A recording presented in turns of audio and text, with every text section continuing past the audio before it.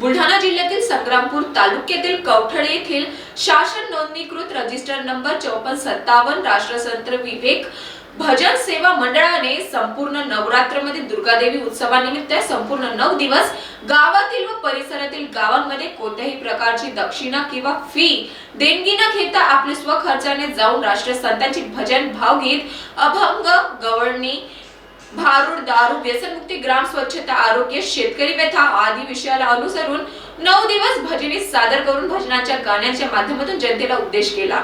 सदर भजन मंडळ शासनाच्या नियमानुसार स्थापन झालेले असून सदर भजना मंडळामध्ये सर्व प्रकारचे भजन सेवा विनामूल्य केल्या जात आहे।